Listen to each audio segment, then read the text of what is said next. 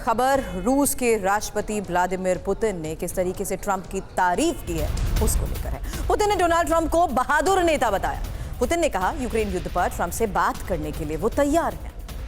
तो रूसी राष्ट्रपति का ये बयान, जहां उम्मीद वो भी अमेरिका से। करूंगी इसको लेकर सवाल। मेरे सहयोगी सुमित चौधरी इस वक्त स्टूडियो में मुझे ज्वाइन कर चुके हैं। और ट्रंप के जीतने से अमेरिका और रूस के रिश्ते में क्या कोई बदलाव आ सकता है, ये भी एक सबसे बड़ा सवाल सुमित इस वक्त का। उससे पहले कुछ इंफॉर्मेशन, क्योंकि ट्रंप प्रशासन के साथ कैसे रहेंगे संबंध, इस पर पूरी दुनिया की नजर तो रहेगी। अब यूक्रेन की वजह से अमेरिका और रूस के रिश्ते बेहद खराब हो चुके हैं और रूस के खिलाफ जंग में अमेरिका जिस तरीके से यूक्रेन की मदद कर रहा है वो पुतिन के गुस्से को और ज्यादा बढ़ा चुका है। अमेरिका अब तक यूक्रेन को दे चुका है $10 अरब की सहायता। और चुनाव प्रचार के दौरान ट्रंप रूस यूक्रेन युद्ध रुकवाने की जिस तरीके से बात करते आए हैं वो पिछले कई दिनों से सुर्खियां बना हुआ है। अब ट्रंप के जीतने से यूक्रेन को वित्तीय मदद में कमी आएगी, ये भी साफ तौर पर संकेत मिल चुके हैं। अमेरिकी मदद के बगैर यूक्रेन की स्थिति जाहिर सी बात है कमजोर होगी और यूक्रेन से जंग खत्म होने पर रूस अमेरिका के रिश्ते क्या बेहतर होंगे। अब डोनाल्ड ट्रंप पुतिन और रूस से अच्छे संबंध बनाने के पक्षधर तो रहे हैं, लेकिन क्या पुतिन उस चीज को रेसिप्रोकेट कर पाएंगे,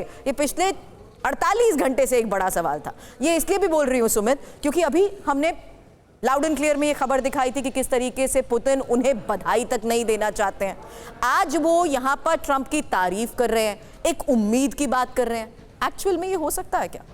देखिए बिल्कुल, अब जिस तरीके से हालात बन रहे हैं उसको देखकर तो बिल्कुल लगता है, क्योंकि देखिए ये डोनाल्ड ट्रंप के एजेंडा में या फिर उनकी बातचीत में, उनकी आइडियोलॉजीज में पहले भी रिफ्लेक्ट होता है कि वो नाटो को लेकर बहुत ज़्यादा सख्त हैं, उसके लगातार काम करने के तरीकों को लेकर। यूरोप के कई देश लगातार जो जिस तरीके से नाटो के अंदर अपने आप को इन्वॉल्व करते हैं उसको लेकर वो कई बार साफ कर चुके हैं। और सबसे इंपॉर्टेंट बात यह है कि बीइंग अ बिजनेसमैन, आप देखिए कि उनके सबसे, चाहे वो चीन हो, रशिया हो, उनके संबंध पहले से अच्छे रहे। और अभी जिस तरीके का बयान हम व्लादिमीर पुतिन से सुन रहे थे, इससे साफ है कि भले ही आप देखिए कि एक तरीके का जो एक सॉलिड डेडलॉक बन गया था अमेरिका में और रूस में, अब वो आइस मेल्टिंग यानी वो लगातार वो बर्फ पिघलनी शुरू हो गई। और ये साफ तौर पर दिख रहा है, डोनाल्ड ट्रंप ने भी कहा कि अगर उनको जरूरत पड़ेगी तो वो व्लादिमीर पुतिन से बात करेंगे। ज़ेलेंस्की को भी नजर आ रहा है, इसीलिए उनके सुर भी बदल गए। देखिए बिल्कुल, एक और बड़ी खबर है सुमित, रुकिए, खबर यही है, यूक्रेन के राष्ट्रपति ज़ेलेंस्की का बड़ा बयान। हम युद्ध का न्यायपूर्ण अंत चाहते हैं,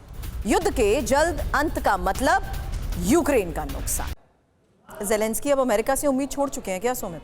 उनको पता है कि अगर अब मदद नहीं मिली तो जाहिर सी बात है युद्ध के इस हालात में यूक्रेन और कमजोर होगा, इसलिए अब अंत की और समझौते की बात कर रहे हैं।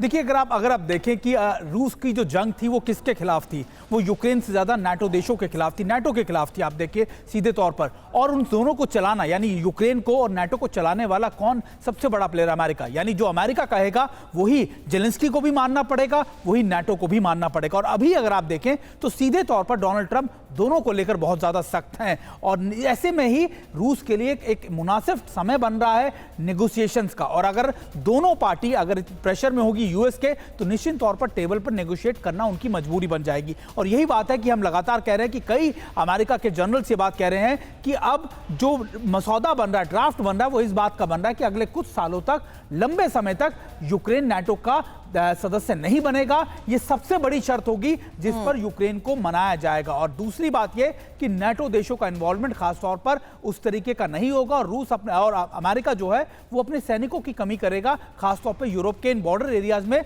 जो रूस से लगते हैं। तो निश्चित तौर पर कई चीजें हैं जिसको लेकर मुझे भी लगता है कि रूस अब लगभग इन चीजों पर सहमति जता देगा, क्योंकि जो मिशन था, जो ऑब्जेक्टिव थे उसके इन ऑपरेशंस के, वो लगभग उसने कंप्लीट कर लिया। चलिए, इस फ्रंट पर अगर अमेरिका अपनी ट्रूप्स को कम करने की कोशिश करता है, वो भी यूरोप के बॉर्डर एरियाज पर, तो मिडिल ईस्ट के हालात को देखते हुए उसकी डिप्लॉयमेंट्स तो बहुत बड़े संकेत दे चुकी थी।